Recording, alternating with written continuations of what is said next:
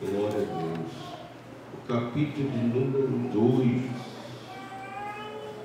Joel é chamado profeta do Pentecostes. Capítulo 2, no versículo de número 28. Eu estou aproveitando aqui, porque vocês já estão sobre vossos pés, para nós melhor reverenciar o livro, né? E há de ser que depois derramarei o meu espírito sobre toda a carne. Vossos filhos e vossas filhas profetizarão, os velhos e os velhos terão sonhos, e os vossos jovens terão visões. Agora nós vamos lá para o tema da festa da igreja. Atos dos Apóstolos. Vocês vão perceber que o apóstolo, o primeiro pregador pentecostal, Pedro foi o primeiro pregador pentecostal. Ele diz assim: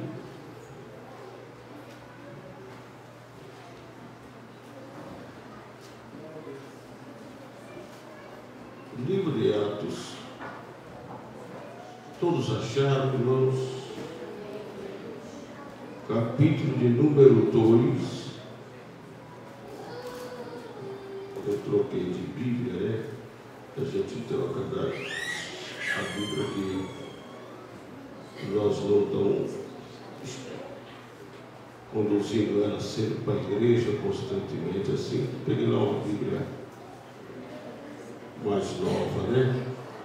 E ouvindo ele isto, compungiram-se em seus corações e perguntaram a Pedro e aos demais apóstolos: que faremos, varões irmãos? Disse-lhe Pedro: arrependei-vos cada um de vós, seja batizado em nome de Jesus Cristo para perdão dos vossos pecados, recebereis o dom do Espírito Santo. Porque a promessa vos diz a respeito de vós, a vossos filhos e a todos que estão longe, e a tantos quanto o Senhor Deus vos chamar. Repita comigo: a promessa é para hoje. A promessa é para hoje. Podem sentar. Eu quero aqui agradecer o meu amigo aqui, companheiro, os demais companheiros aqui comungando conosco. Eu tenho um grande apreço esse casal, irmãos. Não sei se soubesse o quanto eu amo o senhor e a tua esposa.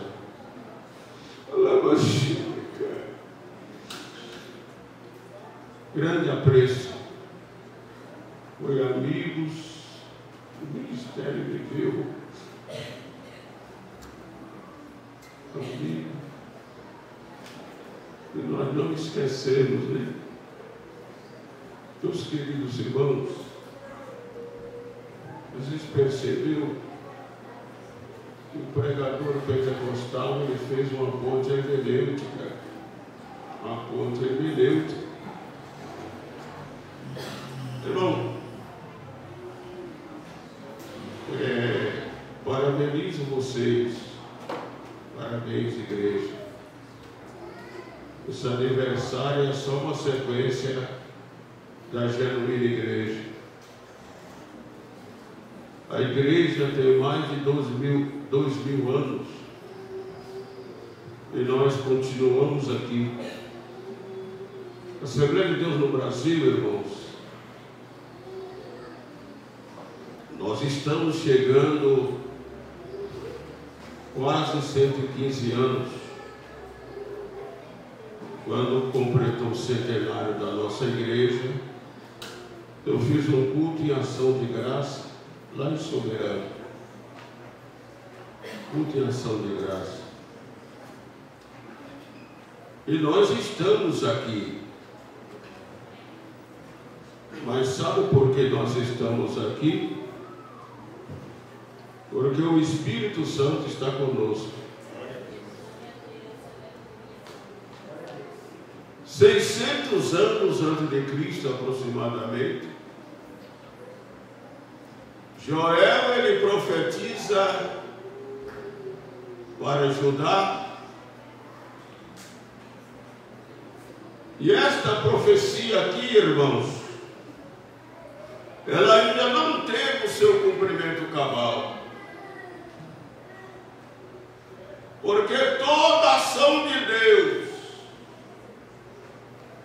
que gira em torno da igreja,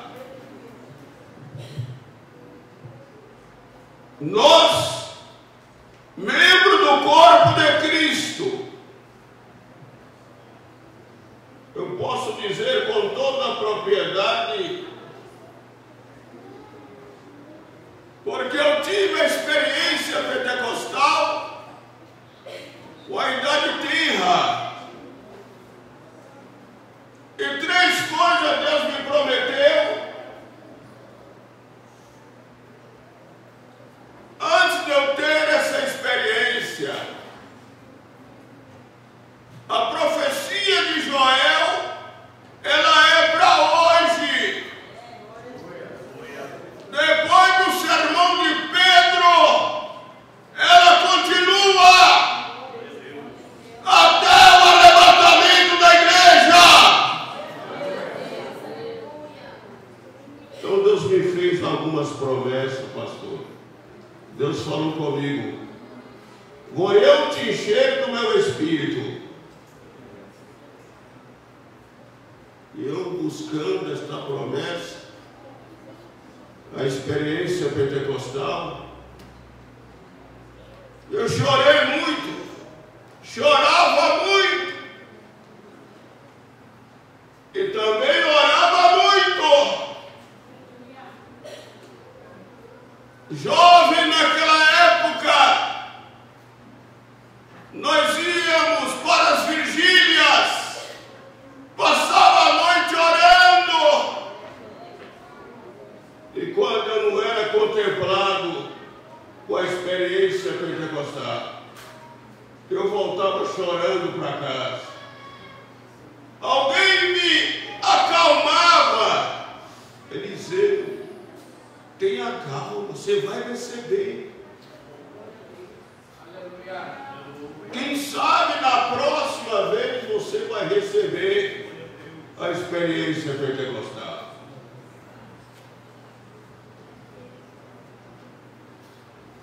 E Deus falou comigo: e te porei por príncipe no meio do meu povo. 3, cumprimento. Porque Deus, quando Ele fala, a efusão do Espírito, ela é para hoje, agora. Não vá para a eternidade sem essa experiência, por favor. Pois bem, e eu fiquei ali buscando o que fazer. O que fazer, pastor? Batei e abri-se-vos-á. Com glória! Perseverai em oração, velando nelas com ações de graça. A oração é a chave do avivamento. A oração é a chave do poder. Aleluia! Quando foi um dia, eu fui para um culto de oração, somente os jovens, os rapazes. A oração começou 10 horas, ou melhor, às 22 horas, começou a oração. Irmão, a promessa é para hoje. Você tem sede? Você tem sede?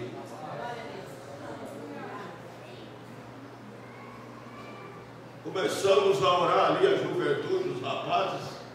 Nós estávamos com aproximadamente 16 moços orando. Quando foi o momento da oração, eu fui envolvido, irmãos. É uma experiência que eu nunca tinha tido, uma alegria sobrenatural. A promessa é para hoje. Até o arrebatamento da igreja, enquanto a igreja estiver aqui,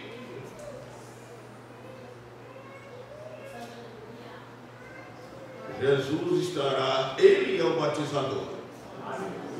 Em meu nome falarão novas línguas. Olha aqui, pastor Eliseu. Irmão, eu tive uma experiência tão grande com Deus.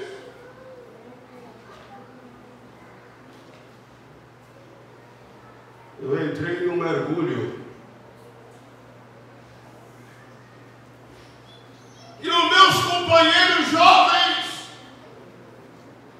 me carregaram até em casa.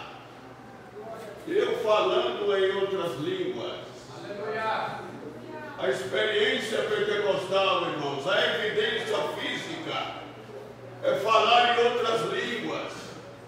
Você não aprende na escola. Já tem alguns movimentos por aí ensinando a falar em outras línguas. Já pensou? Já existe movimento por aí.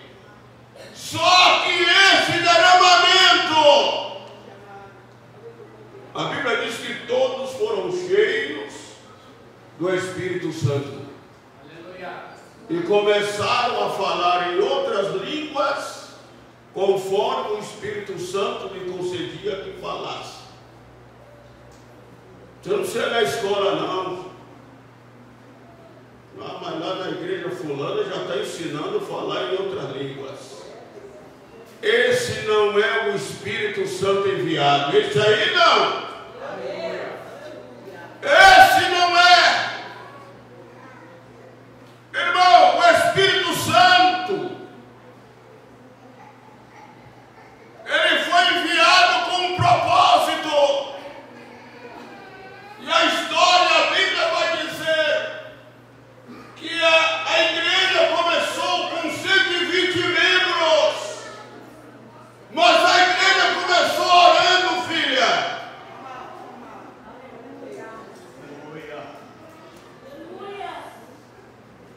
A Bíblia diz no capítulo 1, versículo 14 de Atos, que os irmãos permaneciam em oração, e o texto é categórico. Até Maria, mãe de Jesus, estava na oração. Por isso que Maria não pode ser adorada, né?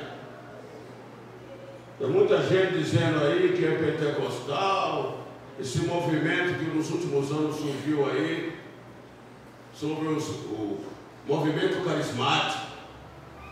Ele diz que tem o Espírito Santo, mas adora Maria. Irmão, quem tem o Espírito Santo não adora Maria. E Maria não é mãe de Deus, porque Deus não tem mãe, Deus é eterno, Deus é Pai, Pai da eternidade.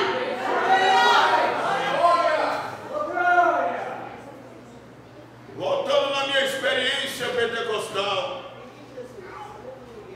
sexta-feira, saímos da igreja mais de meia-noite.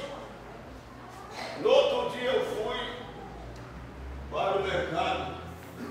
Quando eu cheguei no mercado, tinha uma moça da igreja trabalhando no caixa. E quando eu saudei aquela moça, eu comecei a falar em outras línguas. E agora? Ela vai perder o emprego. Ela pegou na minha mão, aquilo foi como um choque.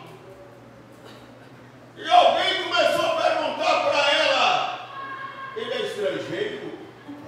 Ele é africano?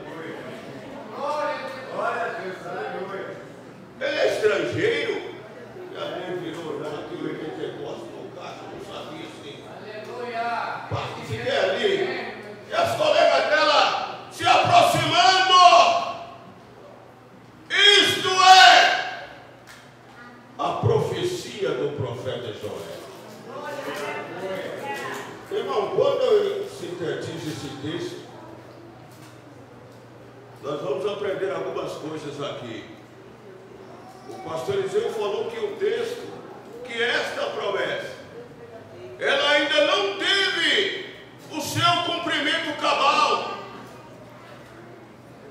Ela se cumpriu parcialmente no dia de Pentecoste.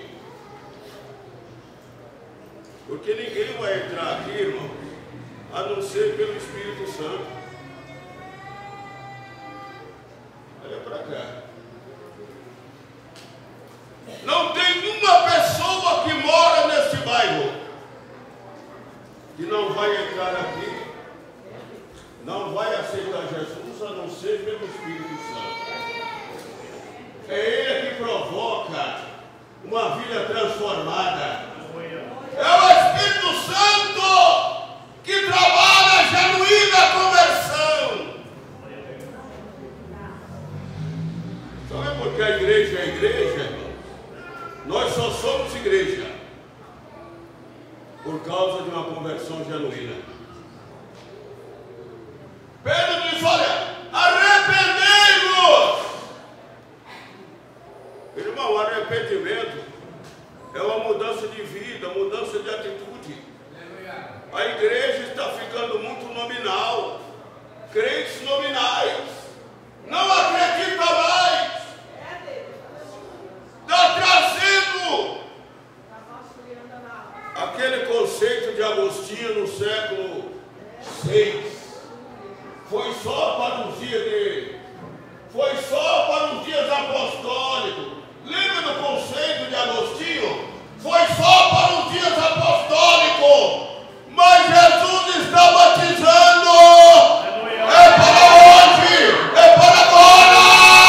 O Espírito Santo está na casa. Receba. Nesta noite.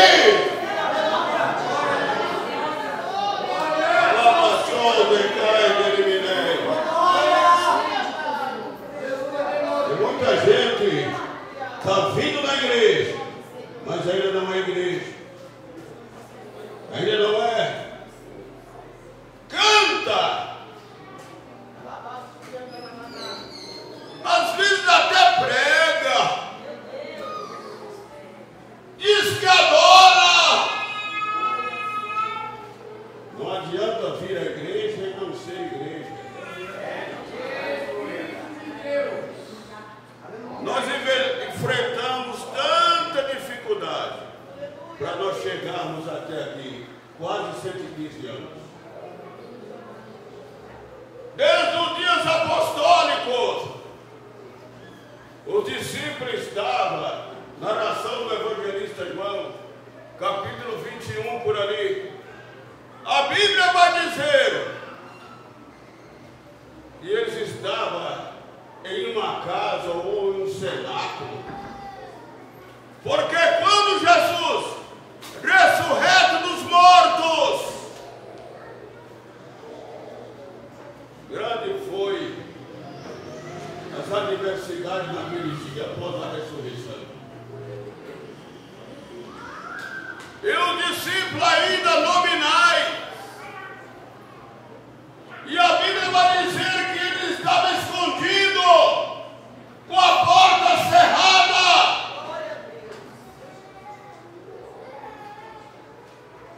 Se esconderam das autoridades romanas. Se esconderam das autoridades romanas.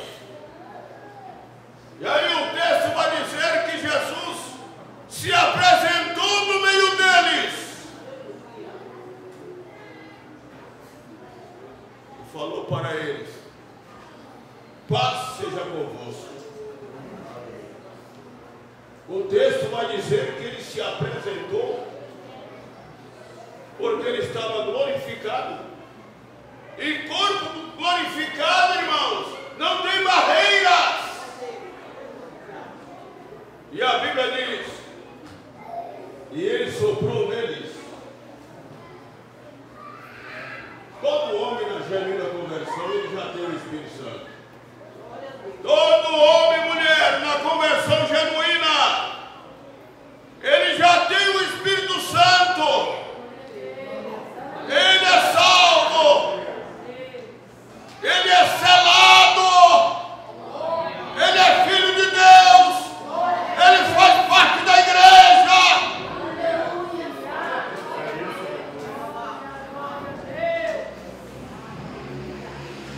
Vocês lembram quem era Pedro, o pregador pentecostal? Lembra? Quem eram as atitudes? Quem era Pedro? Mas quando ele pregava esse sermão, ele via no dia de Pentecoste, ele estava cheio. Ele estava cheio. É para hoje. É para hoje. Mocidade é para hoje. Ancião é para hoje. Adolescentes é para hoje a promessa.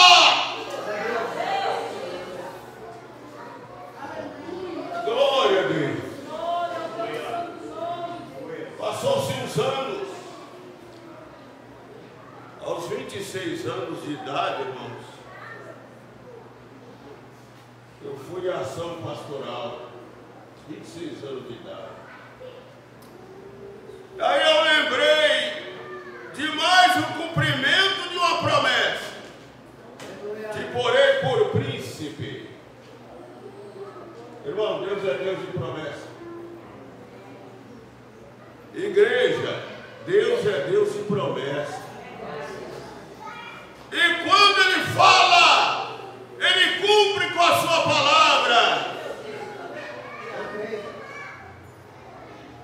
Aí o sermão dele disse, olha, porque irmãos, se nós acompanharmos as Escrituras, todo avivamento, Deus vai criar uma situação. Lembra do ministério de Abacuque? Para ajudar. Aí a Bíblia nos informa, Deus levantou os caldeus. Aí Abacuque faz um questionamento, por que isso, por que aquilo? Por que está acontecendo com a gente? O Senhor levantou os caldeus para nos disciplinarmos.